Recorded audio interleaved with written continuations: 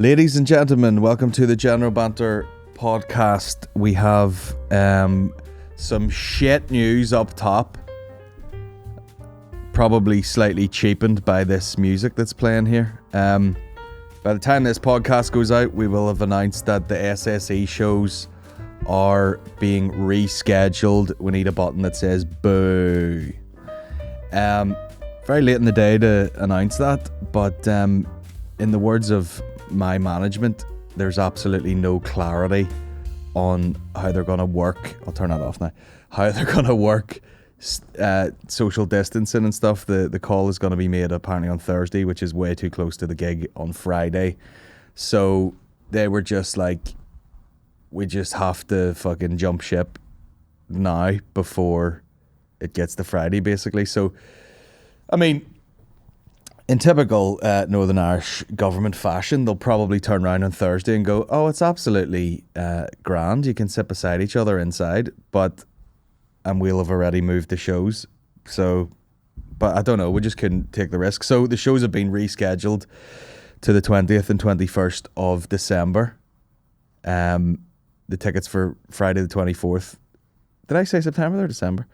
The tickets for Friday, the 24th of September, will be valid for the 20th of December, and the 25th of September show will be on the 21st of December, which is a Monday and a Tuesday, but it's in the mouth of Christmas, as they would say. Yep. In the mouth of Christmas. Which could well be a lot of fun if you can make it. I know it's fucking annoying because people had already sold their tickets because they couldn't make it on like Friday's show. And if they'd held onto their ticket, they fucking probably could have made the one at Christmas. Who knows? There's going to be a lot of people fucked over. We had plans to stay in places. We had to cancel them. So, yeah, it's just fucking shitty. And it's weird because it's the first time I've had to do it over this whole period. A lot of people have had lots of shows moved. Mickey's had his 3 Ulster Halls moved all the time. Sheehan had a waterfront to do and then cancelled that and moved it, and then had an SSE show, and it's looking like probably the fucking SSE show is going to happen before the waterfront that was supposed to be a year ago or something. So everyone's had trouble with it. This one seems extra shit because they've had to make the call now, and the show was supposed to be on fucking Friday. But I mean, to quote whoever it was from Love Island, it is what it is. It's just fucking shit. There's been a lot of that this year where you just have to go, oh well, thanks Stormont. I mean, the call was supposed to be made weeks ago, and then, with perfect comic timing, your woman, Big Michelle, got COVID, so, hopefully she's fine, rest in peace. But it's, I don't know. What do you think now? Shite. It is shite. It's fucking shit. Like, I'd much rather just fucking do it on Friday. The supports are confirmed. There'll be Aaron McCann and Mickey Bartlett, and they'll be there at Christmas. I don't know. I'm hoping most people can make it. I'm hoping it might be a more festive, joyous time where everyone can sit beside each other and enjoy themselves, and we'll make it a bit of a party event. But yeah, I'm just gonna fucking do this podcast, make an announcement here 12, which if you're listening to this will be yesterday, and then probably have to just put my phone in a vacuum box in case it explodes with messages. I have known this for like a couple of days, and I was gonna put something out, but the actual management team were like, no, Ticketmaster and fucking the promo company and everyone have to sort of do it all in one go. They can't have me go, show's cancelled, and then just get bombarded with messages trying to sort everything out with everybody whenever they can just from the top send out all the emails like, boom, this is getting rescheduled. So there you go. It's my show, but I'm actually like so out of the inner circle of fucking the Illuminati of Ticketmaster that I just have to sit here and be told what to do. But anyway, it's fucking shite. It's happening at Christmas. That's the end of it, you know what I mean? No, that's broke. No, it's working. The General Banter Podcast. Podcast with Colin Geddis. Yeah, I was getting bombarded there. I'm just getting messages all day. And people are messaging the page, and there's like hundreds of messages, and then they're emailing me. And I'm like, I can't say anything. Anyway, we're all victims around here. Yeah. I don't know what to do, but if you look at it from the point of view of maybe the show might be better in December. She might be tightened up. Maybe people will be home from university. Maybe people will be off from work. It's Christmas time. People like to go on the rip. Maybe they'll have another promo burger in there, the unbelievable burger. Where it's actually not a burger at all, it's a pizza. This is an unbelievable burger. What is it? Fish and chips. But anyway, do we do our normal sponsors? Yeah. They're still hanging in there. Beer 52. Good lads. If you go onto their website and use the code BANTER, you get the first box for free. We're obliged to do their ads. I did actually. Do you know what? I was getting some beer to the house. Never touched them. And then last week I actually got some beer, drank them, and all were nice. 2 were amazing. Oh. 2 were standouts. If you're getting that box that's coming in now, there's one called Lil Dorado. Fantastic. You looking that up? Yep. Straight away. Lil Dorado, I think it was called. And then there was another one that was called something Mexican Cerveza. And it was fucking top shelf. Couple of them were a bit like, but those ones were very tasty. So yeah, beer52.com. Use the code BANTER, get the first box free. Just pay for the postage, which is $5.95. And then our other sponsor, OG Ball Shaver Extraordinaires, manscaped.com. Here, and by the way, I know they have got new products. Where are they? Get them to me. They do a razor for your face now. Do they? Yep. I think it's called the Ply. I'm not too sure about that. Nice. But they've stepped up and they've went, listen, if you're gonna hack your bag to pieces with the lawnmower, you might as well do it with a real razor. Yeah, a real razor. In fact, you know who I sound like? I was going to play this clip later. This guy on this pedo show that's about to get arrested. Shout out to Manscaped for getting this clip in the middle. To know what he's walked into. Am I being taped? You are being taped. Oh, crap. Oh, crap. Oh. I've got a razor for my balls. Am I going to be arrested? That's not up to me.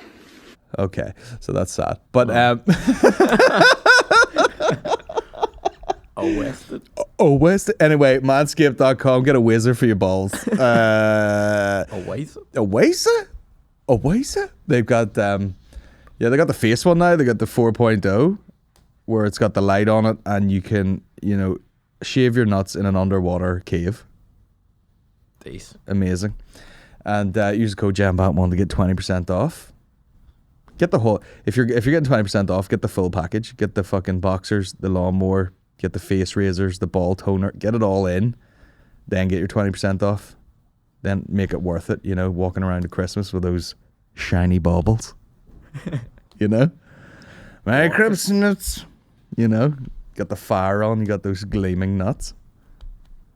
Shout out to Manscaped for being our old school sponsor. Let's revisit this clip. This is obviously that Chris Hansen show where he baits people in. And the guy thinks that he's going to bang like a 14-year-old.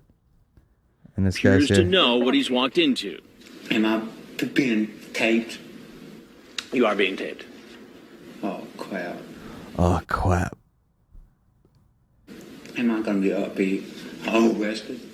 That's not up to me. You. A lot of things going on there. Yeah.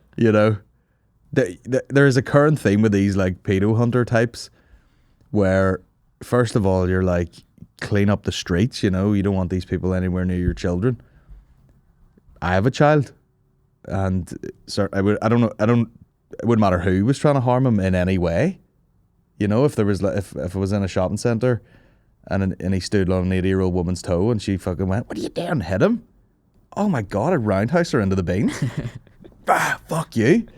I'd fucking drop kick her. But, there's that part of it. And then there's also a theme that runs through all these predator hunter videos where you're like, this guy, I don't think you know, can make his own breakfast in the morning. Mm.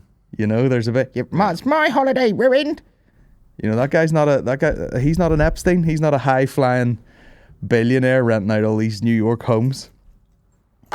He's just at home fucking microwaving a Rustlers, being like, on today's agenda, probably watch cartoons, talk to children online, my holiday ruined. Same with this guy.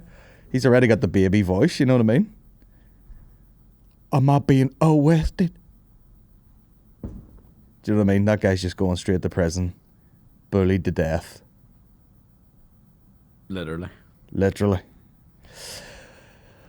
Today's date is 21st of September. We're getting in there. We're starting the week with the low energy. We've had the major kick in the balls that is the SSE announcement there. Just really, I've been nervous. I've been nervous all weekend. Yeah. It's a weird thing to, like, you know, feel like you're letting people down. Mm. You know, because I know, like, literally we tried to book a hotel. It's a very busy weekend in Belfast. There's a lot of gigs on. But, like, we tried to book a thing and, you know, we've had to cancel it. But we had that news already for a couple of days. So it's like, I know people are going to be like, oh, for fuck's sake, we could have known sooner. And, like, I was expecting to know way before this whether it was going ahead or not, and it just kept going and going and going, and then there was no decision made, and you do have to just bite the bullet and go, right, we'll put it on when it can actually happen, instead of waiting until Thursday and then telling people, oh yeah, tomorrow night when you've your fucking hotel booked and your dinner booked and all this shit, you just have to sort of cancel that. Yeah. So that's fucking shite. Like, it's just the scale of it. Yeah. It's not like a Limelight or a Lavery's. Yeah, and it's funny because the scale of it and the whole trickle down system. Like, I was talking to fucking Mihal and he's like, oh, I was gonna work sound and stuff on that. He was like, oh, it's grand now because I'm getting more work at like Belsonic or something. So it's like, oh yeah, you forgot that there was people like booked in. Yeah. You're so caught up in the tickets and you're like, oh yeah, there's a whole infrastructure of people that were like supposed to be actually working at it. And then there's thousands and thousands of people making plans to go to it. And then you're just waiting on some fucking ball bag like in Stormont to be like, well, I see that there's like basically, you know, 40,000 people in a park somewhere seeing like Jerry Cinnamon, for example. And GC. You can't... Huh? GC. The GC. And then you can't have like fucking 3,500 sitting beside each other politely in a... You know, you're probably way safer in the arena just sitting there than you are fucking, cheers, Belter, like shouting in each other's face and all. I don't know. It's so fucked up. Like, and yeah, worst case scenario is they just turn around on Thursday and be like, yeah, it's all good. And we'll be like, all right, cool, moved it anyway. Yeah. But it is a scale thing. It's just, it's so many people. The weird thing is the scale of my shows compared to like who's on that weekend? Liam Gallagher or something? Something's on that same day. I think so, yeah. Someone invited me to fucking another event during the day. Like, there's so much shit going on that one day. That almost, if you were in that industry, if you were like handling those gigs, my gigs would seem like not a big deal. Even though it's a big deal to me, it's a big deal to people that are going. Yeah. But to them, they're like, right, blah, blah, blah, we'll sort that out, right? Shit, we're going to have to move Colin's ones because it's only fucking that amount of 1,000 people.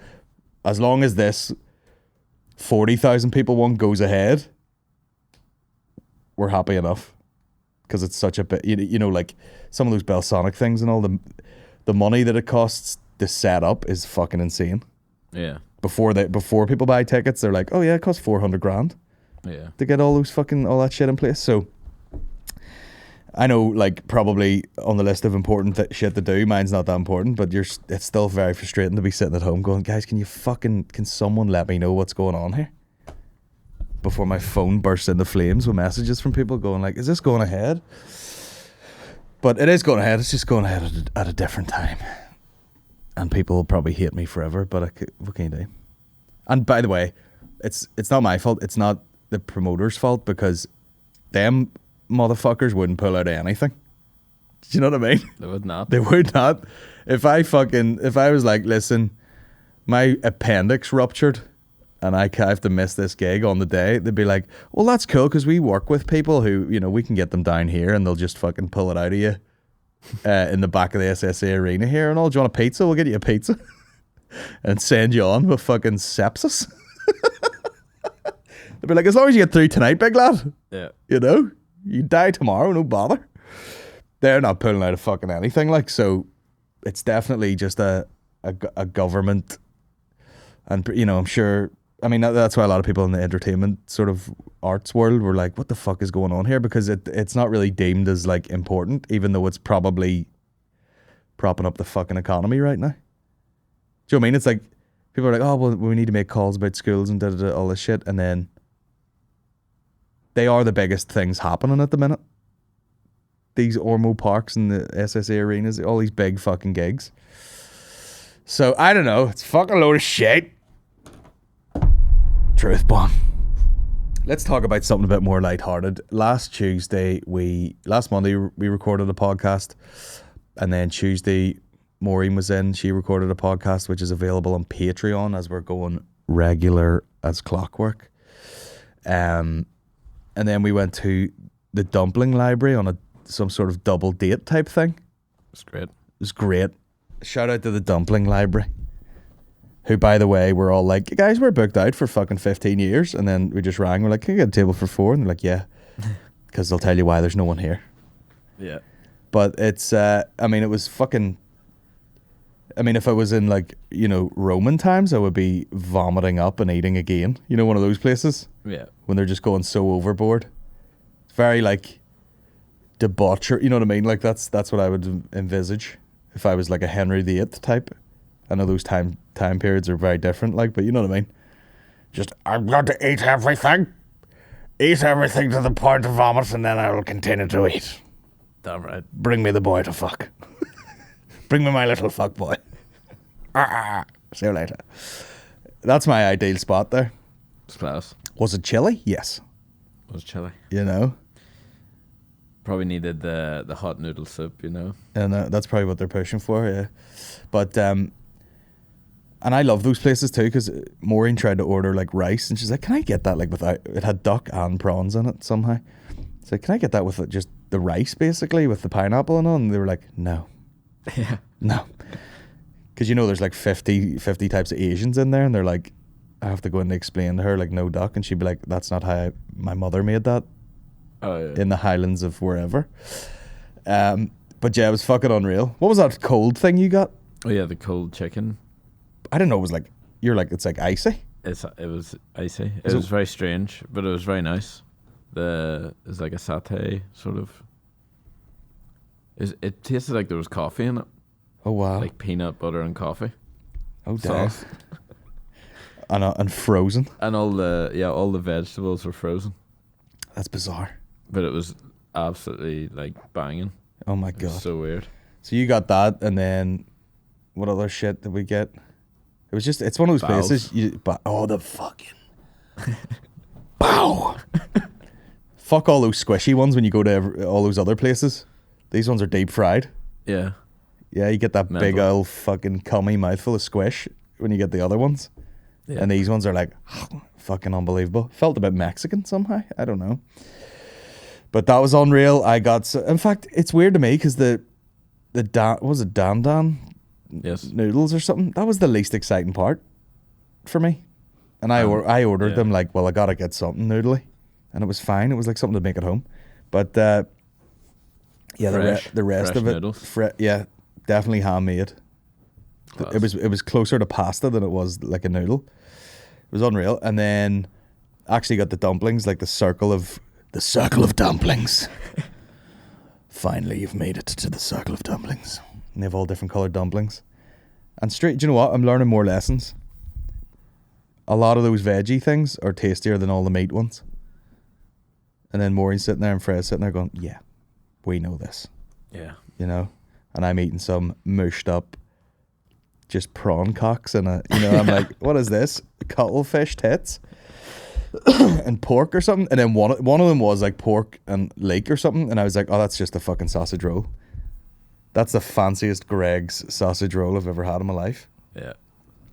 Got a watermelon juice with it, like it was some sort of fucking delish. Oh my god! You're just like, what are people doing in this country? That's every time I eat nice food, I'm like, what is wrong with people over here? You know, just get a fucking. I'll take a water and a bit of my water and some fucking dry spuds and all. Is that an onion? None of that foreign muck for me. When there's other countries who are having like fucking delicious dumplings, loads of dipping sauces, a bao with duck in it, and a watermelon juice. Fuck me. I know. What a day. It was great. I couldn't see when I left. I had so much, it was just like my vision was closing in. I have a real problem with Asian food. The last time, I remember going to Lee Garden one time with an actual Chinese man, and he knew all the good stuff to order. And same again. I was like, someone's gonna have to go get my car and bring it to here. I can't get to the car. I'm like, Class. and then went for a quick pint and had a 0.0. Did you have one? Nope. Or you had a regular pint? The OG. The OG drink driver over here. No cops on these roads. You're right. You're right. No, if I'd have had a real pint after that dinner, I'd have been fucking out cold. Sleeping. But I had that 0.0, which this is the most you're gonna get out of that. Oh fuck, that tastes like Guinness. Does. But then you remember, why would I be drinking pints of Guinness if I wasn't getting pished? Senseless. You know what I mean? Like, it's not refreshing at all. Nope. If you might get a non-alcoholic beer and be like, oh, it's cold and nice. Guinness is like, if there's no drunken outcome from this pint, what am I doing? It's just a lot to be taken in. Yeah. Don't see the point in it. The world's getting fucking pussified. Why is Formula 1 sponsored by like non-alcoholic beer? Fuck that. Have you seen that Schumacher documentary? Not yet. Oh, I'll watch it tonight. it's class, but you know what I mean? You feel like it's, you know what I mean? Like, you want the cars to be sponsored by Cigarettes. fags. Fucking fag. Imagine what would be the worst. Imagine they're all like, oh yeah, there's the Marlboro Ferrari and all. I'd love to just start up my own. It was like, the Amber Leaf Skoda. Yeah. It's driving for Team Skoda, Colin Geddis. Sponsored by Amber Leaf and Seiko. Like shit watches, shit fags. I jump out of the car, take the helmet off, and they give me like the fucking £200 watch. Class. Cheers, mate. And then I fucking just stand there and roll a fag. Good lord. Nice. Rizla. Rizla. Sponsored by Rizla. Rizla would be class branding. Yeah. Probably. Rizla. Imagine being the absolute world domination on just thin bits of paper. I love businesses like that. Amazing. But yeah, it just doesn't look. It just doesn't look good. Where it's like, oh, there's a big Heineken 0.0 sign in the background. Get the real booze up. There's Formula 1. You should be, them big fucking things they drink out of before they drive. They should just be drinking champagne. Let them drive drunk. Big Lewis about to get in the car. Good lad. A couple of shots. Be way more exciting. But I'll tell you something. I couldn't take the Schumacher at all. No.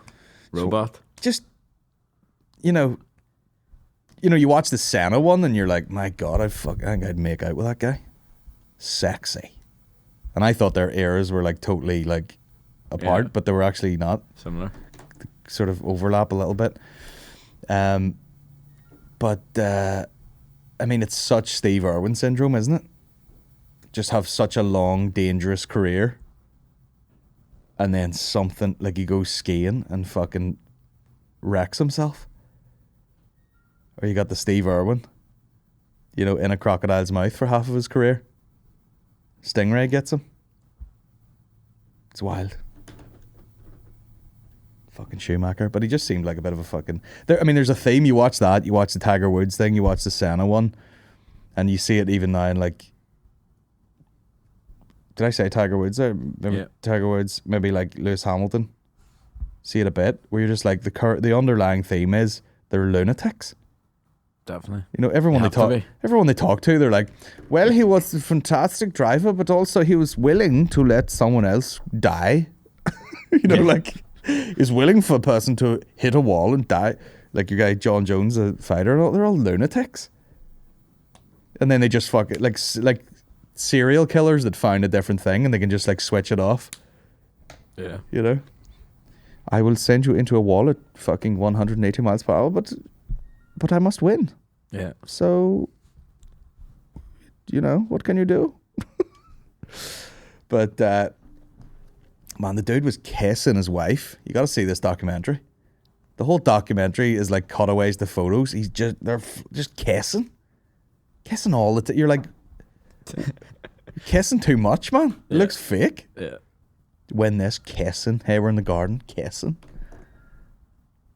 Michael Schumacher could do two things very well, driving and kissing. Skiing, not so good. Needs work. The skiing admittedly needs some work, yes. But it's funny just to watch. It's amazing how quickly Formula One has like, that's how you say it, Formula One, has come on where it's like, you know, the pit stop is just like fucking, you can't even believe your eyes. Yeah. Box. And then it used to be some fella like, get that there, Jeff. Fucking hell, get that on. Clink. Where'd I put that there? No, fucking. And then to go from that to just like, and it's fucking. What happened there? Hey, battery died. Oh, our battery died. Fucking scrap. China. But yeah, you gotta watch that documentary. I will later. There's always just like, there's just always that theme, always that underlying theme of, talent versus, you know, and then it's kind of like that Outliers book, but Maureen was like, you know, is he talented, or was it the fact that he was just doing it from he was a kid? And I was like, well, there's loads of them doing it from their kids. Yeah. Same with golf, same with boxing, same with whatever. But then you gotta work like a motherfucker and be so into it. Then also have something in you that's, you know, untaught. You know what I mean? Like, a lot of people are, you know, you look at footballers, all footballers, nobody turns around at like 24 and they're like, I think I might try football now. You can't do that. You have to have, like, look at Americans, for example. Do you ever see an American try and kick a football? Embarrassing. What are you doing, man? Shit. It's like every time they go to kick a football, it's like they've done that drinking game where you spin around a stick 20 times. They're like, Rah! No coordination whatsoever. You know, if you've done it since you were a kid, it's just, and everybody has, and then it gets to a point where who's working the hardest, and then who actually has the most sort of gifted talent. Yeah. That wasn't really taught. But I think that's the same. I think it's the same way with like the driving. Obviously, everyone does it forever. Then who's got the most fucking screws loose? Yeah. Who's just willing to fucking send her into the corner at whatever fucking speed? Absolutely insane. But it is hilarious just to watch them fucking take off. Back in the day, you're like, what are these 1.6 litre Fiestas? It just looks so slow. Yeah. Mad. But yeah, it's good. We had Laveries as well during the week. I've never been more tired in my life. Went and did it. Here. Do you know what else I've been watching? I'll tell you. Let's do our TV review for the week. We've talked about Schumacher. I watched I watched a bunch of things, right? Two quite interesting things. Watched the Schumacher one. I watched the Patrick Keelty one, which we'll get to in a minute. But we actually bit the bullet and watched the first couple of episodes of Married at First Sight UK. Oh. Damaged. Oh dear. People. It's always like some guy who's just like, yeah, I just thought I want to meet someone, you know. I'm just not, just don't like being, you know, fucking used and abused by girls, and I'm just thinking I'm going to find my wife here. And then you got that other Geordie girl who's just like, it comes across as like, man, she's confident, she knows what she likes, but it actually is more like, she seems like she has such low self-esteem that she can't deal with anybody confronting her or any sort of conflict or any sort of disagreement. So she's so volatile up front. The Geordie, have you seen it at all? No. This girl's like, I'm the fucking type of girl who doesn't fucking take any shit, and I'm the type of girl, you know, like, always has to let people know when they're sitting around to just, you know, chatting.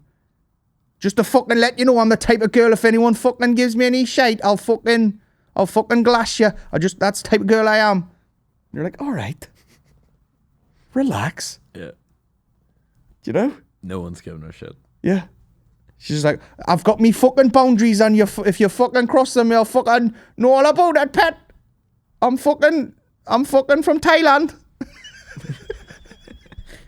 And you're like, Jesus Christ, will you chill out? And there's a bit where, like, you know, the dude's interviewing her, and he's like, what do you look for in a man? And she's like, I want him to be big and fucking hench and tattoos and fucking tanned and fucking nice teeth and nothing about a personality, you know? Yeah. And the guy's like, do you not think that's a little bit shallow? Does it fucking sound shallow? Yes. Meanwhile, she's sitting there. It's funny that you know, she's sitting there and she's like, I've had quite a lot of fucking stuff done to me face. I've got me fucking lips done and me cheeks shaved and a Brazilian bum lift and me tits done and me fucking liposuction. And then has like all these, you know, like fucking things she wants from a guy. Do you know what I mean? Yeah.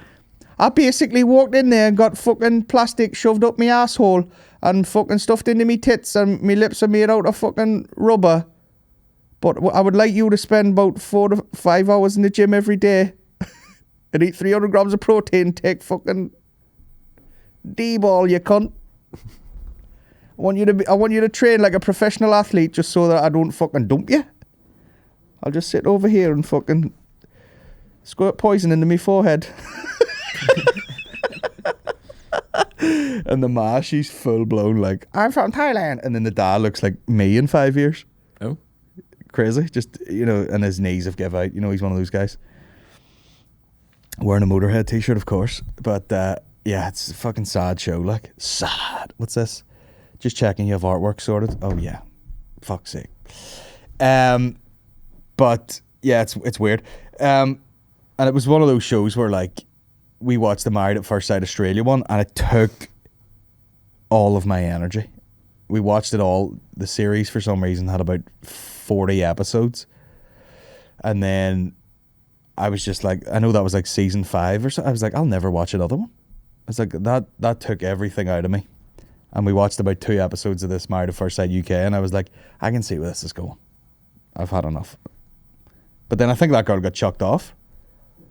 Oh, did you? I think they were like, you're too abusive, you fucking slobber. Poor girl. What you say, slobber? No, she was being a dick, and then she got hoofed out. I'm a type of fucking girl who I fucking expect to be able to act whatever fucking way I want to fucking act, and then if you got a problem with that, you're the fucking wanker. Euthanasia. Get her killed. She literally just sounds like a fucking, you know, like shelter dog that just barks at everybody because it got beat up once. You know, one of those ones. Yeah. Bro, I'm a psychologist. Not a lot of people know that. Get her on the pod. Get her on the podcast. Before you fucking ask me any fucking questions, I'm the type of girl that just fucking says whatever I fucking want. Okay. Cool. Anyway, let's talk seriousness. We watched the Patrick Keelty show because it was coming up on 100 years of Northern Ireland. I didn't know that. The centenary. Congrats, guys. Congrats, Northern Ireland. You've been around for 100 years of shiteness. Wow. Wow, what a time to be alive. And you know, it was basically Patrick Keelty walking around staring. You know, those big long zoomed in shots where they're like, Paddy, if you could just walk through the town there, and he's like, I left Northern Ireland 20,000 years ago. It's changed. There's a Greg's, for example. He's walking along just doing all staring up. Nice. But then he went and spoke to like he was basically talking to a bunch of unionist loyalist types, and they're all going.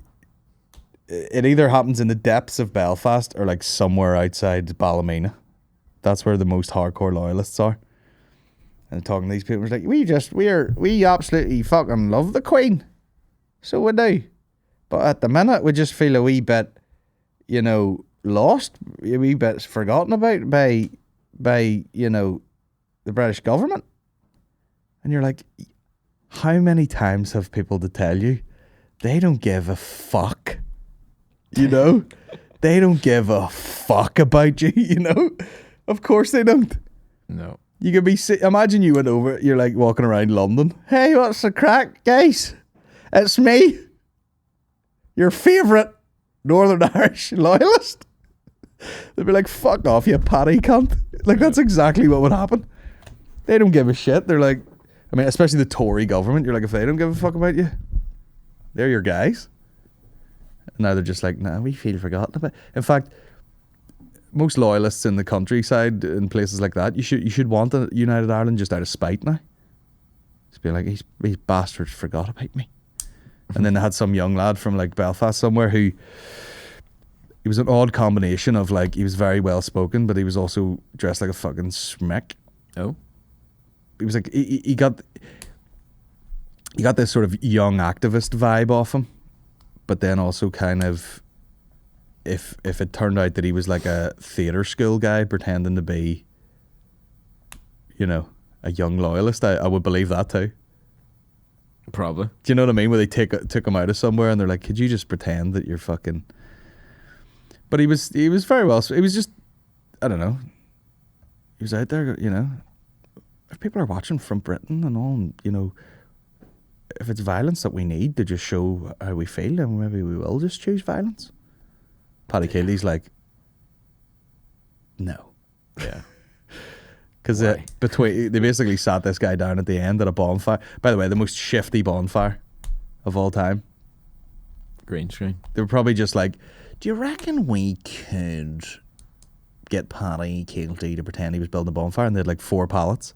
And then what normally happens is they look like people were just going, fuck, is that a bonfire? I may empty this back bedroom before we paint it. People just dragging old mattresses and fucking just bin bags out of their house. I've no room in the black bin. Burn that for me. And then at the end, there was like, Patrick Keeley and then some ex sort of loyalist paramilitary sitting this young lad down, just being like, you don't want to go back. You don't want to go back in time to the days where people are killing each other. And he's like, I understand. Oh, okay. All right then. Patrick Keeley's like, my dad was killed by fucking these people. Yeah. You don't want to go back that. And then at the end he's going, when I'm sitting down here with 2 people who have actually lived through the troubles or be deeply affected by it, then these are the sort of people I probably should listen to. I know, that's all it takes. Yeah. Literally. Someone to be like, it's all fucking good crack throwing a petrol bomb into a bus and all, isn't it? It's good crack. And then you're like, my dad got shot dead. Yeah. Kind of for no reason. Was it? It was just random, was it? Yeah, I think so. Just a random attack. You're like, just actually shot dead for nothing. And you're just like, fuck, that looked like good crack years ago, didn't it? And people globally do not understand how flammable petrol is. On a global scale, they go, it's cool, like it's like a candle, you light it and walk away in it, and everybody's like engulfed in flames. Fuck! My tracksuit's stuck to my leg! Fuck that! How many people, how many rioters just have like fucking 3rd degree burns up their leg that says Adidas?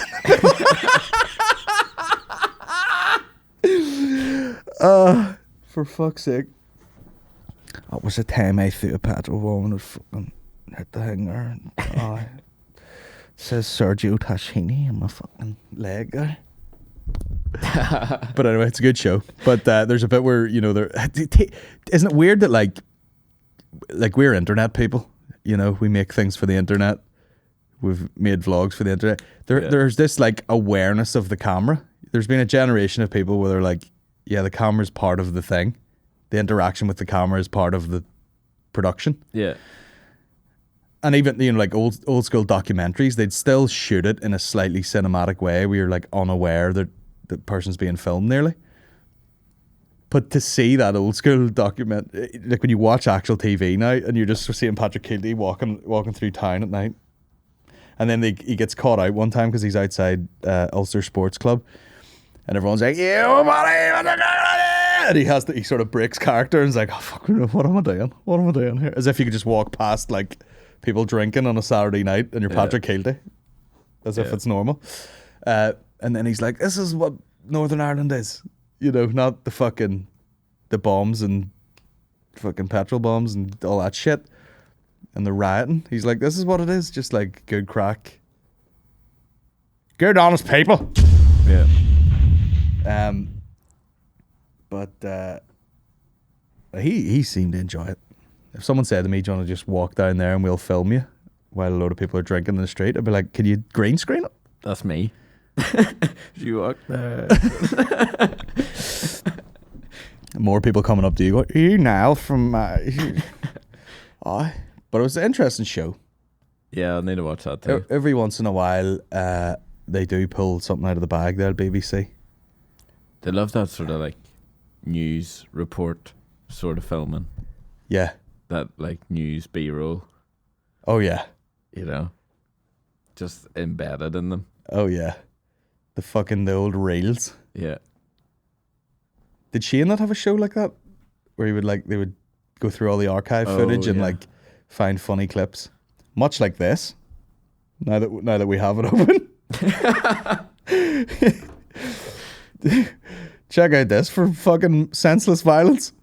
Giant Haystack. I mean, this is an old school clip, but I mean, I forgot how hard Giant Haystacks flings Jackie Fullerton at the floor.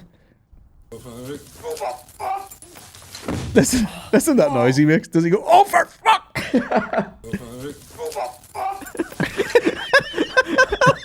Will you fuck up too?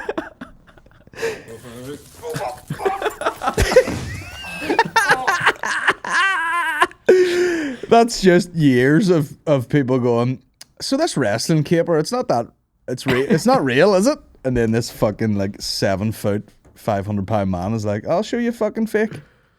You have a fake hip tomorrow."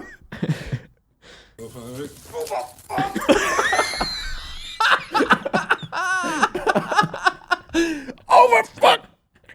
Look at his legs in flight there. It's like 2 fucking noodles. Oh my god, Jackie dead. That's my favourite noise.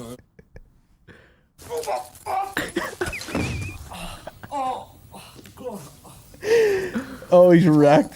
There's people like Jackie Fullerton where you're like, "Bro, you were 60 forever." Straight across him, and he certainly wouldn't move. And the people say it's play acting. Oh. Look at the way Haystacks fixes his hair there. Damn right. That camel toe. That Trump gunt at the front. I love the way he does nothing. He's just like, "I'll just fuck your way here till you get up." He's bucked. Look at him. Thanks very much, Mr. Hurst. Oh, my pleasure. My pleasure, you bastard. Reeling in the weird. Yeah, how about that? Oh my fuck! Smack! He said it even before he hit the ground. So would I. Oh my fuck! Shout out to that cold-hearted bastard, just happy enough to cripple him and then go home. You want to see a move? Whack! And then be like, "See you later. Go for shit." I just want to see what this clip is real quick. The Birdman of Granada. Play. This podcast has really went all over the shop today. Keelty. Oh, we did our comedy gig. Yes. So Maureen's sister got married a few weeks ago, and there was a big marquee put up at the in-laws' house, and we couldn't take it down for a few weeks, and there was a bit of chat as to what to do with it. And I was like, we should do a comedy gig and do a fundraiser. So we did. And it was all kind of friends and family, which is, when you have a big family like Maureen's, you start to, you bring all the mates in and all the fucking... In just 2... friends of the family and all that shit. And before you know it, there's 50 people. I know. You got down there. Yeah. Brought Freya, brought Fitzy. Brought the Fitz. The Fitz dog. The most Patrick Keelty's cousin. Patrick Keelty's cousin. Second cousin. Second cousin. Sure, who isn't? You know what I mean? Yeah, pretty much. And it sounded like such a, you know, like fake movie. You know what I mean? Like undercover policeman name you give me. This is Fitzy, and I was like, I'll not ask any more questions. I know. I just called him that from school. Yeah. His name's Connor, but Fitzy Connor. Always called him. Fitzy. Like, his name was Fitzy Jones. no one calls me that. No one calls him Fitzy? Yeah, probably. Oh yeah. It's like, you know, just to jump forward in time, the next day, our friend Begley came to pick up his PA, and his dad was there in the van. Oh yeah. And we're still calling Begley. Yeah. You know, call him Begley to his face. Yeah. His girlfriend calls him Begley. She doesn't really, but you know, just one of them things. He enjoyed himself. He did for 13 minutes. But what happened basically was, you know, the boys came down. We had Shane, we had Dave, we had Kieran Bartlett, we had Woodsy, we had Connor Keys. Just a lovely bunch of lads, you know. Yeah. People are on about all this toxic masculinity and it's all toxic and you're like, no, these are all the best guys, you know, fathers, stuff like that. Comedian, you know what I mean? Just fucking good guys raising money. I think it's about $2,500, mate. Class. Minus my fee of $2,000. All in aid of lymphoma or leukemia, lymphoma, and I. So up the hoods. But Begley had, you know, he works now, he teaches, and then I'm just giving away all his information. And then he's also in a band who play in different places. And they filled in for someone on the Friday night, like a wedding whose band, they'd been let down by another band basically. And they're like, shit, we'll step in. So they went and played a gig. And then he had to fucking bring all that shit back. And then he had to work again on Saturday. And then he said, he literally, it was like self-fulfilling prophecy. He was like, man, I'm so fucking tired. I'm going to have about 2 drinks later and just be dead. Sure enough, he turned up. He was making margaritas. And was it what's a margarita? Yeah, it was a margarita, wasn't it? Yeah. And I think he had like 2 of them and was just bouncing off the walls and just being like, it was like, it's almost like, you know what I mean? It's almost like he was in that mindset anyway. Yeah. Like, I'm going to have 2 drinks and be absolutely crippled. So They were quite strong. Oh, they were. Because Maureen was like, I had 1 of them and then I had 2 other beers and she's like, I was dying the next day. Yeah. And I had about fucking 12 fucking Moretti's and I was grand. But I was running off that fucking gig steam, you know what I mean? Because it was the most I mean, like, I don't know what it is about gigging where it's like, all I want to do is sit for about 2 hours before the gig and just chill. But you never get that opportunity. And you're like, right, the gig's only down the field. This should be a lot easier. And sure enough, nightmare. You know, people were already on stage. I'm up trying to get the fucking baby to sleep. I was like, what the fuck is going on here? And then eventually he went to sleep and then I had to come down and go and do stand-up in front of my in-laws, which is, for some reason, just the most, I don't know why it is, but it's just the most embarrassing thing of all time. Did it seem that way? No. Did it seem professional? Yeah. Tell me I'm good. It's fucking weird, man. But I think everyone had a good time. Definitely. It's class. And nobody heckled till right at the end from the most unlikely heckler of all time. And Kieran Bartlett was on, and Kieran Bartlett had his wings clipped that night because we were saying to it, you know what I mean, this is a sort of family event. There's no young children at it, but it's all, everybody knows everybody. These aren't total strangers. And then he was getting heckled and he was like, oh, you better be quiet. And in a normal scenario, he'd be like, I'll fucking have you rape murdered. Or so, you know what I mean? He'd say like the most heinous shit of all day. I'll fucking chain you to a radiator and feed you dick for 9 months. You're like, where is your brain right now? The way that he could just I'll fucking stuff your head and that's fucking, what did he say one time? And that wee line down the side of my ball bag of my leg that just smells like brown sauce. And like people were fucking boking back into their pints.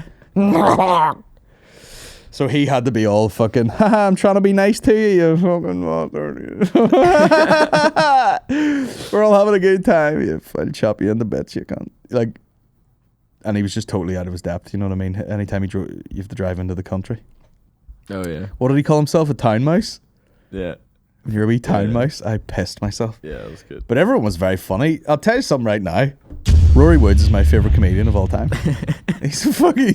If you think about it, like, obviously there's so many brilliant people, you know, the Mickeys and the Sheens and fucking everyone, Dave's class, everyone's really good. Everyone's been doing stand-up for fucking 10 years. Everyone's great now. But the amount of times where I've almost had to leave the room laughing, it's been Rory Woods every time. I know. The Spanish, the one he got me in Lavery's where he said like about watching Big Bang Theory in Spanish with his new wife because God forbid she'd rim me. I died. Like I had to fucking leave the room, and then just on Saturday night there, just fucking I don't know how long he did, like 15 minutes, but there was 700 jokes in it. Yeah. Do you know what I mean? I'm gonna have to answer this right now. Are we recording?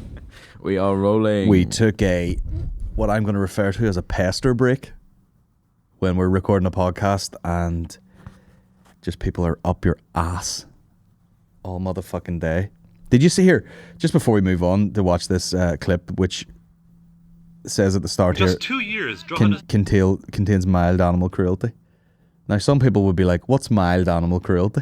Do you know what I mean? I only put it a wee bit, like... We'll watch that and then we'll go back to the Taliban and the Swan boat. The raft race has become one of the town's annual highlights. But there was another attraction. The organisers are also looking for the Birdman of Granada.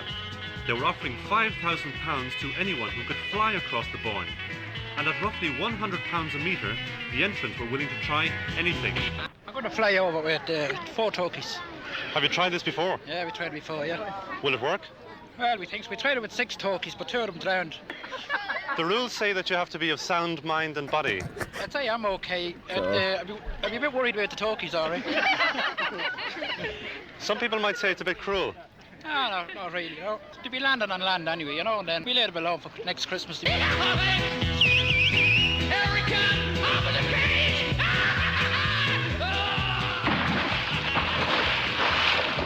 I'm a nut.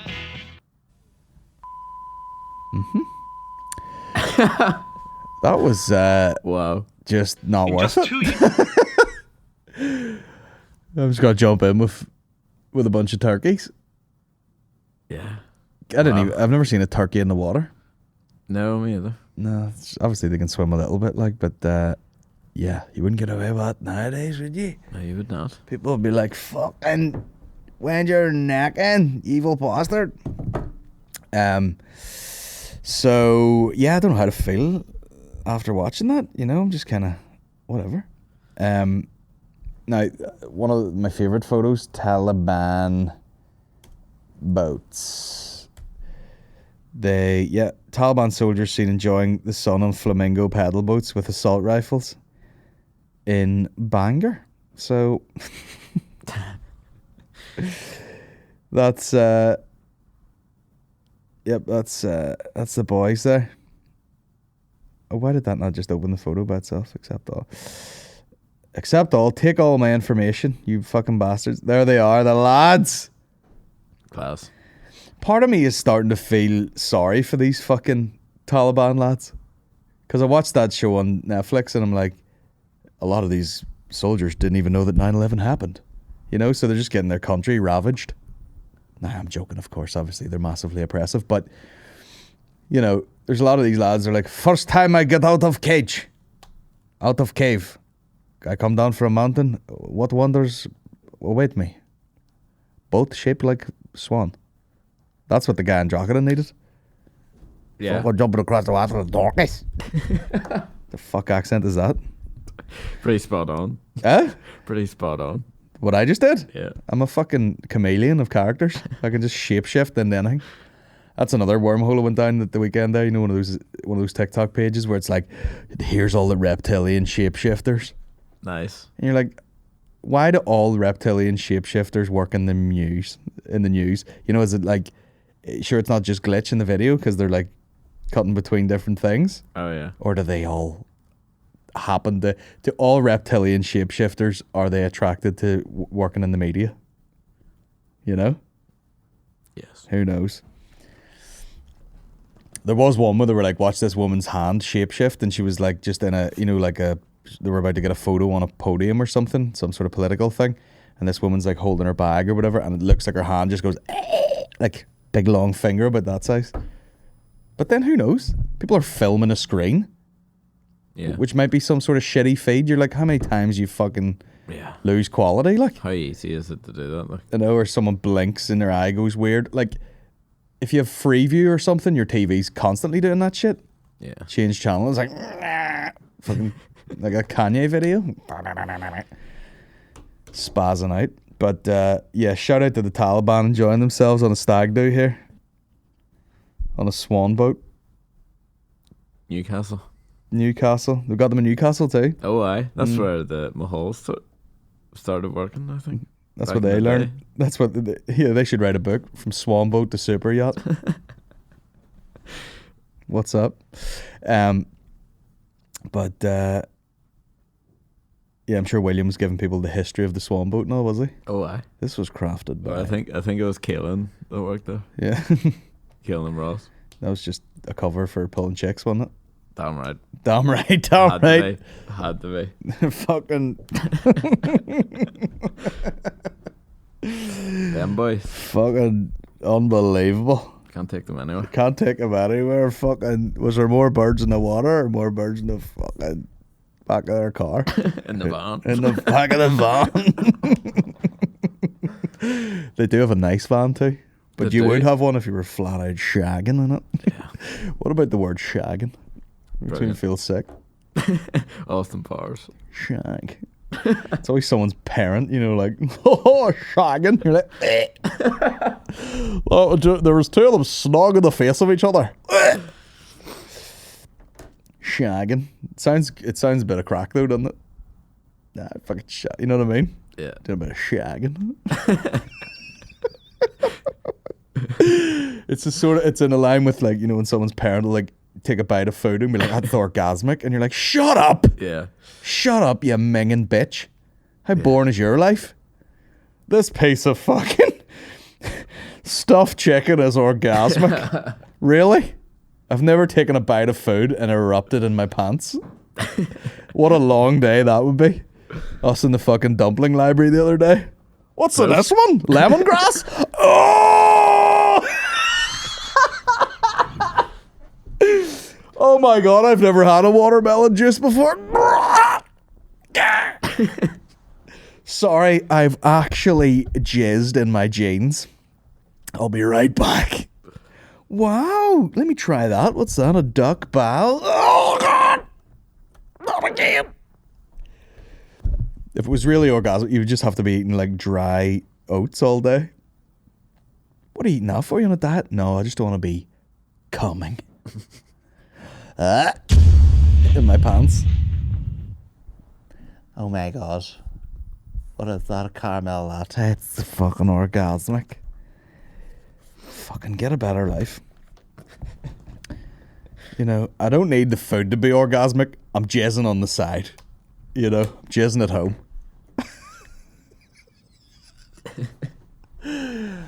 Honest to God, I went out the other night and went to this place. And now, I've had fish pies before, and they were fine. But this one, in particular, let me tell you something, Lillian. I squirted. I took one bite of it, and I fell on my back, and I projectile jet of piss hit the waiter. It was gorgeous.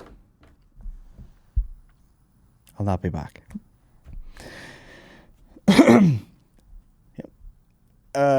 So yeah, that guy's probably in jail for killing 4 turkeys. Someone sent me a link to this too. It was a house on Airbnb, which is billed as a BDSM. Do you know what BDSM stands for? Big dick, small. What is it? Big bondage.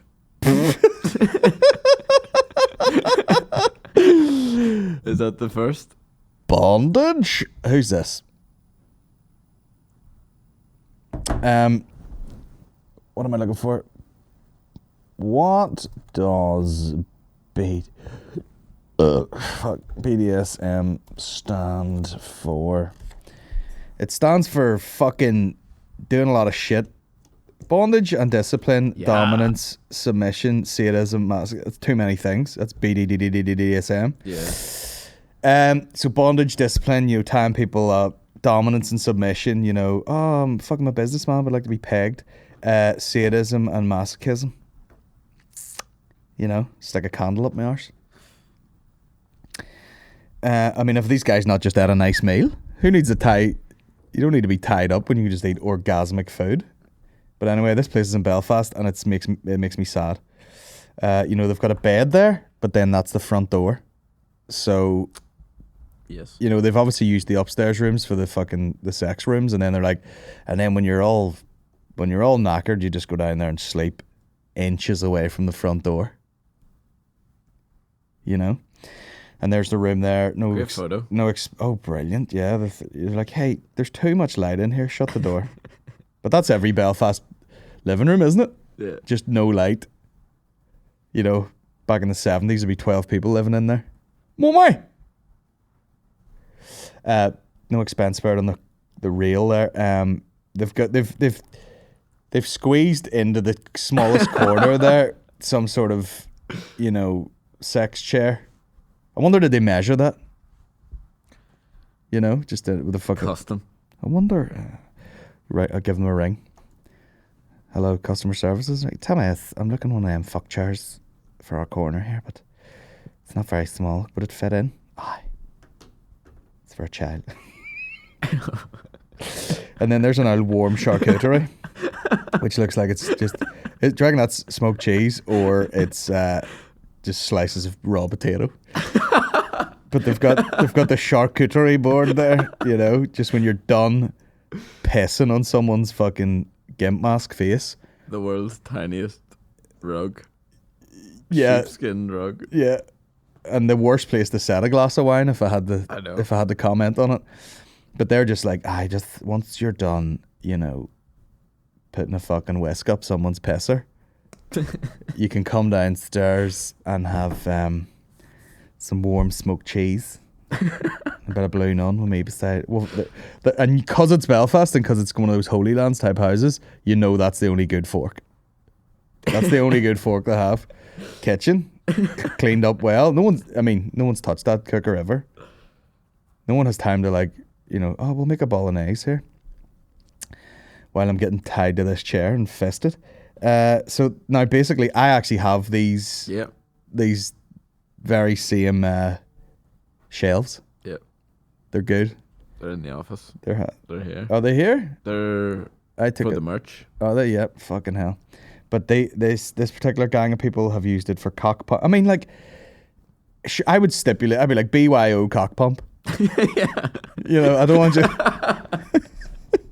BYO on the dildos because you're gonna have to pay. They're charging people for COVID cleaning and all. Christ only knows what they're. Listen, there's been a bit of a pandemic, so we're going to actually have to really debt all these dildos. Just no unsexy way to clean a dildo. But yeah, I get a bit weird in an Airbnb anyway, just like how rigorous are they with the cleaning. But in there, I'd be like, and especially not just some dingy wee house. I know. Oh, fucking hell. Weird. It seems like people are into weird shit. It just seems like a lot. There's a gimp mask, or else they're just really into Slipknot. But it seems to me it's effort, isn't it? It's just a lot of fucking. I have no patience anyway. You know what I mean? If I was going to somewhere for the sole purpose of banging, I wouldn't be like, let's kill another 2 hours. I know worries. I'll fucking plug myself into this here. Oh, you got me. I'm stuck. I can't move. Cool, just whip my balls with this fucking thing here. Oh, that feels weird and nice too, You'd be like, suck my dick immediately. Listen, there's fucking smoked cheese running off the plate down there. Get this dick in your body. Immediately. And we'll get it over with, and then we'll watch fucking Married at First Sight UK. I need a slimy bit of fucking salami here. Parma ham, where's that from? Where's Parma? I have no idea. It's nice though. They wear a fucking bop round it, no man. Just when you're done with the full gimp mask on. What is that there, smoked cheese? Fucking that's weird, isn't it? I've never had smoked cheese before. Is it really smoked or what do you think it is? Oh my god, tastes like smoky bacon. Dump. Also, yeah, I don't know. Butt plugs and everything. Oh man, would you even touch any of that shit? Or maybe people are into the they're into the fact they're like, man, how risky is it to use just a foreign? I mean, even if you owned that house, would you be more disgusted if you come in and you're like, oh my god, they actually used it all? There's a big shitty butt plug over there. I sprained my ankle on a bit of jizz. It's only for show, guys. It's a bit of crack. Someone actually come in here and fucking... They've jizzed on my fucking stove here. There's a bunch of outfits. Oh, the outfits are included. There's a Foot Locker uniform. That bed? Oh, it's got... Now, that's just a children's bed out of IKEA with, like, fucking straps on it. Oh. That's comfortable. That's cool. Good for the posture. Yeah. Need that the edit. Yeah. Come in, you're fully strapped in and stirrups with a fucking thing around your neck and a fucking ball gag, just like going over the same shit. Anyway, what a spot. Oh. I know the bathroom. Bathroom's alright. Just standard. No, you put the tap up your arse if you were at a push, like, but we should just rent that place and go just make a vlog in it. Vlog. Sex tape, whatever, you know what I mean? So there you go. We'll start into the questions. Sitting in the front row for the second SSE here. Not anymore. You're not. Well, actually, yeah. If you keep your ticket for the Saturday, yeah, you'll have the same seats on the 21st of December, God willing. Annual salary. You counting stacks or pennies? I don't know, mate. There's. You know, someone will send me a thing and be like, hey, can you invoice us for this 13 grand that we owe you? And I went, fuck, I forgot about that. I'm so loaded. No, I'm joking. I have no idea. I don't know about annual salaries. All I know is what my accountant tells me I have to pay in tax. Yeah. You know, I don't... the actual rounded figure. Well, you don't know because I have a business too. You know what I mean? It's like just... I'm alright. Can I buy trainers? You know? Can I buy my family fucking food? Yeah, it's hard to... I don't know. I don't really give a shit. Money's weird, man. What's the most cringe thing you've done? Mine was trying to tell a rude joke to my parents when I was 15. Awkward as fuck. Oh, man. You should have said the joke. Yeah, I should have told us the joke. What's the most cringe thing I've ever done? I mean, anytime I have too many drinks, I'll have flashbacks about the night before, even if I did nothing. What's the most cringe thing I've done? See, I don't know. These sort of like being put on the spot questions. Cringe thing.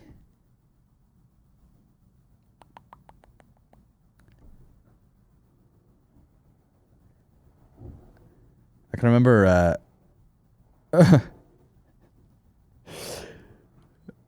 I've definitely witnessed some cringe things where I was like, I wasn't even really part of them, but I was so embarrassed by it.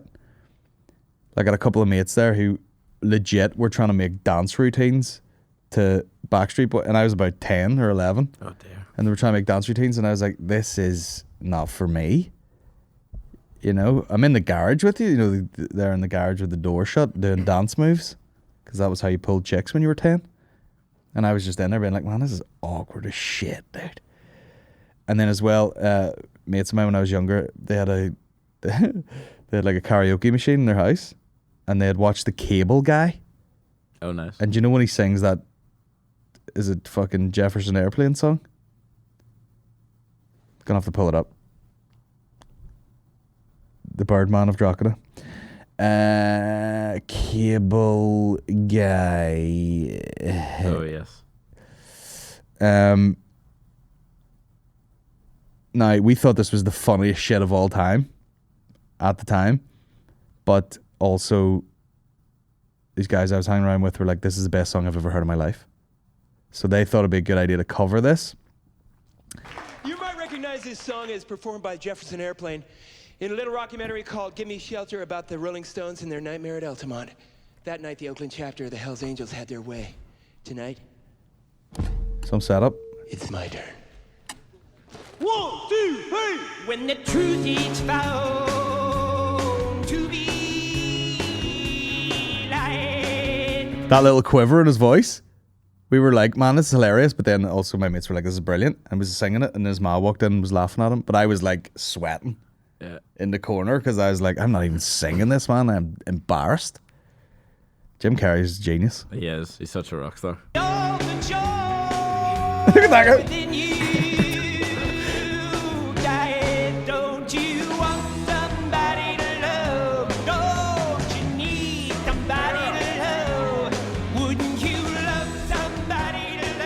I'm actually just enjoying myself now. Carry on, talk amongst yourselves. So what do you do? I can barely hear. I don't hate it. I don't hate that version. Like, let's get through these. I hope all news is in favour on the 23rd. Yeah, fuck, I don't know, man. Seeing you on Saturday at the SSE. Seats in the front row. Also, oh, excuse me. How close is that? See coming up, drilling up through the floor. Aye, see you later. Like, that might be BT. Although I would imagine they'd speak to you before they come in the building. Like, yeah, Gareth, bro, you'll be going on the 21st if you're available. Fucking, I feel like I'll just be walking around for the next couple of months. Like, I'm sorry for your inconvenience. No, you know. Yeah. It's not even my fucking fault. Annoying. Oh, we've watched a lot of these. It's a long way to the top if you got a sausage roll. I don't know what the end of that question was. Shout out to Frankie. Violin Mick, how's your mobility these days? My PT has me on Nordics, which are the definition of a cunt exercise. The benefits are amazing. Doesn't take away from the hell of doing them, especially at my size. Violin Mick, svelte guy. Let me see.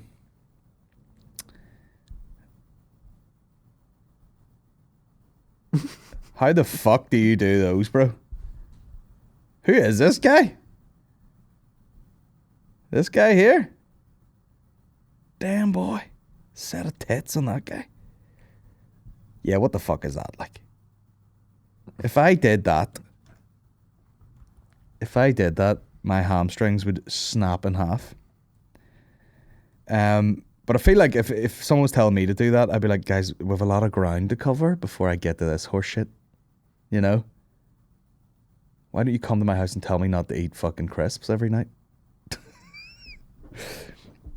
Tell me not to go through the cupboards like a dog that's been left alone in the house before we start working the glutes here. What's my mobility like? I mean, this is the problem with me. The mobility and range of movement is fine. The pain's still there. You know? Can I lick my own balls like a cat? Yes. Does it still hurt my hips? Yes. Have you seen the Trinidad health minister saying Nicki Minaj wasted their time claiming cousins' friends' balls swole after the vaccine? Yeah. Did you hear about that? Yeah. They actually looked into it. Yeah. They looked into those balls. And they're like, you're fucking full of shit. You've got chlamydia. That was the takeaway from it. They were like, it's funny you're saying that this guy, this prolific shagger, he's got the vaccine there and then his balls swole up. And they're like, funny thing is, he's also got the clap. So, coincidence or yes? Have you seen the... Oh, wait, same question. What common NI greeting from other guys do you hate? Can't stand when I get called mucker, pal, or chief. I don't mind any of it. Lad. I can't take for some reason. And I know there's plenty of places like down the country and even in England and stuff where like lad is the fucking done thing. But it's when there's like a fucking 18-year-old and he's like, "Hey lad, I fucking come to see your gig and all." I don't fucking. I know. Where's this lad coming from? I hate all that. You dick. It's fucking pal or bud. When people say bud. Right, bud. I say that to Eddie sometimes. It's alright, like, you know, when you're taking the piss. Yeah. Like I say bye all the time. Yes, bye. But when people just but only to my mother. Yeah. Or bye. Yeah, that's sort of taking the piss. Yeah. But then that's what happens. You said fucking taking the piss and then you end up just saying it. Yeah, true. Flat out. But yeah, lad drives me nuts for some reason. Don't know what it is. If someone called me chief, I like to mix it up in a text. Where's that? What the fuck is going on, man? Someone drilling for oil. Watched any SAS Who Dares Wins? If there was a comedian special, which of you guys do you think would go the furthest?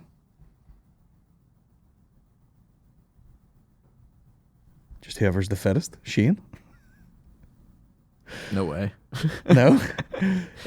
Yeah, Shane's like fit, but like in a very you know what I mean? Like, don't make me push myself. Yeah. Way. He's not a big weights guy either. You know, if they were like, put this backpack on, he'd be like, let me phone my management. See if there's anyone. Bro, that noise, man. What the fuck? Is that getting picked up? Jesus. I'm going to have to go down there and be like, what the fuck he's playing on? On yours, Mudblood and Deckchair and Yums and Shane's podcast, you have all been on about the white collar comedians boxing. None of you want to do it though. Why not have a comedian sports day? Why not just fucking do comedy? I'm busy enough.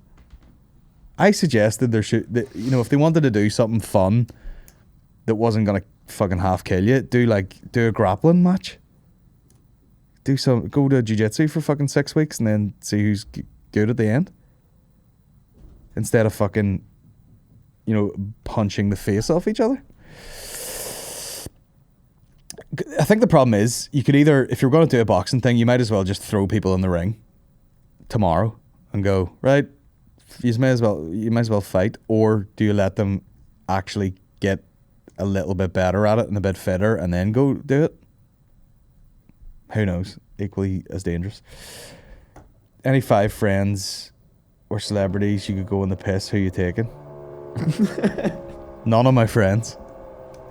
All celebrities. Eamon Holmes. Who else?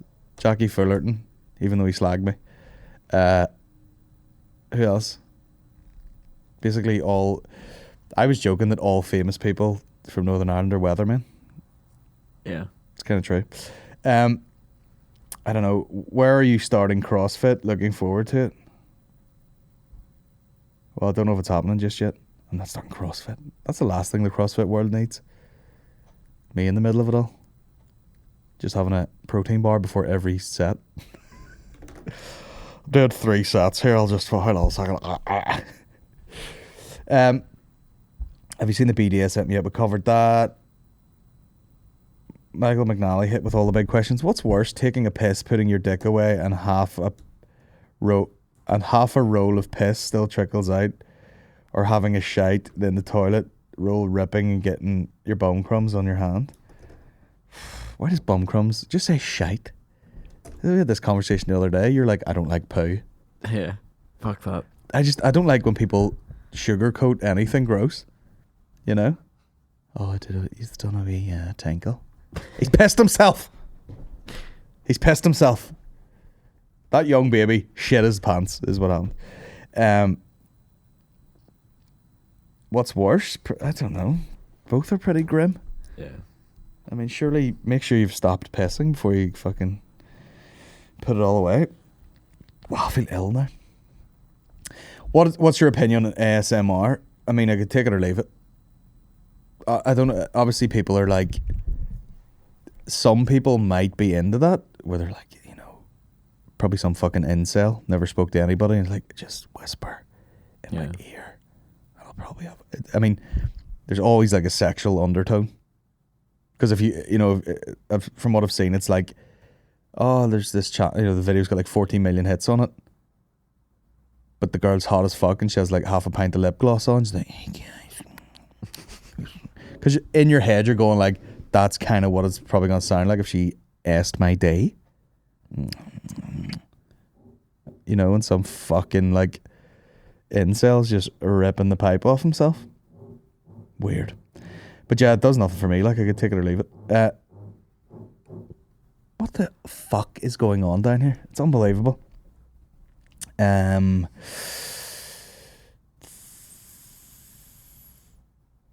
me see. The last podcast with Mrs. G is amazing. Hope she makes the return soon. She clearly wears the trousers. Man, that is sexist, okay? Saying that she wears the trousers in the relationship because she's the man. Except, sure, take all my info. Mum derails school board meeting with bizarre rant about anal sex. I'm here for it. Cara Bell and then Marge Stone. Fake name. All right, well, I'm just thankful that y'all don't have the ability to make a mask mandate. And tonight I was going to talk about the need for a second high school, but I was sidetracked by, for the boys, the idea of a Mexican is a Mexican is a Mexican. Take her out back, we boys figured, then hand on the... Put it in her coin box, put it in her cornhole, grab a hold of that braid, rub that calico. You can find that on page 39 of the book called Out of Darkness, which you can find at Hudson Bend Middle School and Bee Cave Middle School. All right, not gonna lie, I had to Google cornhole because I have the game in the back of my yard. But according to Wikipedia, cornhole is a sexualist slang vulgarism for anus. The term came into the use in the 1910s in the United States as verb form to cornhole, which came into usage in the 1930s, means to have anal sex. I do not want my children to learn about anal sex in middle school. I have never had anal sex. I don't want to have anal sex. I don't want my kids having anal sex. I want you to... Girl in the back with the phone. This is Donald do well, my TikTok. Yeah. Start focusing on education and not public health. Stone, you're on. You are supposed to be educating our children. They fucking turned that mic off real quick. Anyway. That got very intense very quickly. Yeah. Like all that beeping and everything. I know, fucking cutting out and in. I was like, what the fuck is this?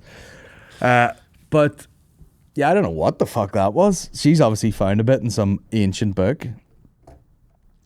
Popping it in your coin purse. Yeah. Anyway, I feel weird about reading or watching that.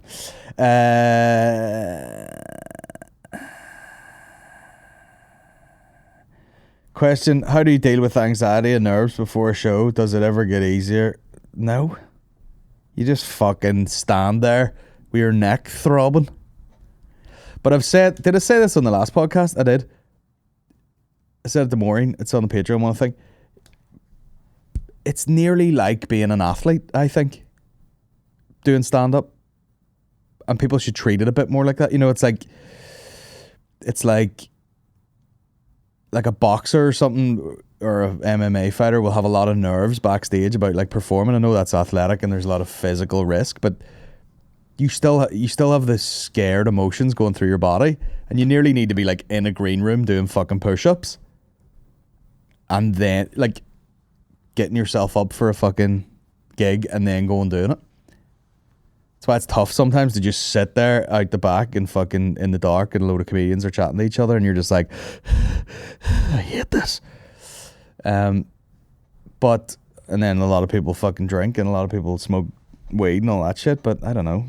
You just don't have that option a lot of times. You're like, I'm driving, I just got to stand here. I'm knackered from driving. Let me fucking try and pump myself up. And there's probably a series of things I could do to ease nerves a lot. Preparation is one of them. Have your set ready that morning. Know what you're doing. Get a look over it. Do some exercise. All that shit. But I never do it. I just arrive late and go, fuck, I better write this down. Oh, Jesus Christ. And then go on. and it's grand usually. Where has the artwork gone on the wall behind you? Will it return? No, we're staying with the blacked out vacuum theme. Just because I feel like that's the way everybody's podcast was starting to look. You got some artwork in the background. It just looked very busy. Now we're just bringing it right back down. We're simplifying it. We've got some lights from China and it's black. Deal with it. The artwork's here. I just might put it somewhere else. Geddis, love the podcast. If you were to pick a lineup for Live at the Apollo, who would you pick and why? P.S. Hope your show goes ahead on Friday. Can't have yours and Bartlett's put back in the same month. Well, get used to it. Who would I have on Live at the Apollo? Just me opening and then me closing. You know? And everyone else go fuck themselves. I don't know, Live at the Apollo anyway. That's most people's experience with stand-up comedy is Live at the Apollo, and then they go see like one English comedian in the year at the SSE and they're like, I didn't enjoy it that much. Yeah, of course you didn't. Guy's talking about the fucking tube. You know? You live in Belfast. If you could bring anyone in the world to party, who would you pick and where do you think you would end up in the world? If you could bring anyone in the world to a party. Oh. Hunter S. Thompson? I don't know. Bert Kreischer? I have no idea. I mean, you take fucking... Get Mickey to take you out for the night. Y'all be dead. Thoughts on Norm Macdonald's death? I liked it. Do you like it? No, very sad, obviously, and pretty gangster way to, you know, not really say anything. A bit like the Chadwick Boseman thing. Be terribly, terribly sick and just not say anything about it and then just die quietly. But do you ever watch much Norm Macdonald stuff? Just wee bits. Bits and pieces. Yeah, I'm not really up, you know, knee deep in it the way a lot of people were, but obviously the clips out there that you've seen are fucking genius. Like that clip, my favourite one is probably where he was on Conan and there's a woman there who was like trying to promote a movie or something, and something about 9.5 weeks or something, and he said like, yeah, it should have been 9.5 seconds or something, and they laugh, and obviously the joke's about premature ejaculation, but then he says this is a joke about premature ejaculation, and fucking Conan's like, yeah, we get it, and they're all fucking laughing, and he keeps chipping in and she can't get a fucking word out because like, who gives a shit? It's the most, you know, when an actor goes on, they're like, tell us about this movie, and they're like, I really had to go inside myself to find somewhere dark that I could. You're like, shut up. For millions of dollars, you just pretended to do a thing for a second, but he just keeps chipping in with jokes the whole time, and then go fucking away, man! I swear to God, I'm getting attacked from all angles here. But he basically so annoying, distracting. He gets right to the end and the girl's like, right, anyway, the movie's out at the weekend, blah, blah, blah, blah. It's called Chairman of the Board. And then he turns out to Norm and goes, yeah, fucking make a joke about that, you smart ass. And he goes, is it board spelled B-O-R-E-D? I was like, oh, you motherfucker. Like, just complete like black belt comedian, you know, just... And fucking you see Conan like slap the desk like, you fucking bastard, you got me. And then I heard someone else like talk about like him being on Saturday Night Live, and you know, no matter who was on, and there'd be like world famous comedians like fucking, you know, Chris Rock and all these ones at the time, but anytime an idea was discussed, they all looking down the table at Norm Macdonald like, you know, is this okay if we do this? Because he was just so funny, like. But that's it. Check his stuff out. I mean, unfortunately, it's one of them things. As soon as someone dies, then you're like, oh, let me fucking research this, and you start going into it and whatever. But anyway, rest in peace. I'm gonna get the fuck out of here right now, guys, because I'm being harassed by my management. We'll be back tomorrow. going to try and organise a guest for a Patreon podcast, and that'll be out Thursday, 8 a.m. up the hoods. But that's it. Cheers for listening, guys. Apologies if you were going to the SSE. It's still happening. It's just been pushed a little bit. Hopefully most people can make it, and I hope you weren't massively inconvenienced, which I'm sure some of you were, but okay day. We keep moving. And that's it. We'll speak to you next time. Take her easy.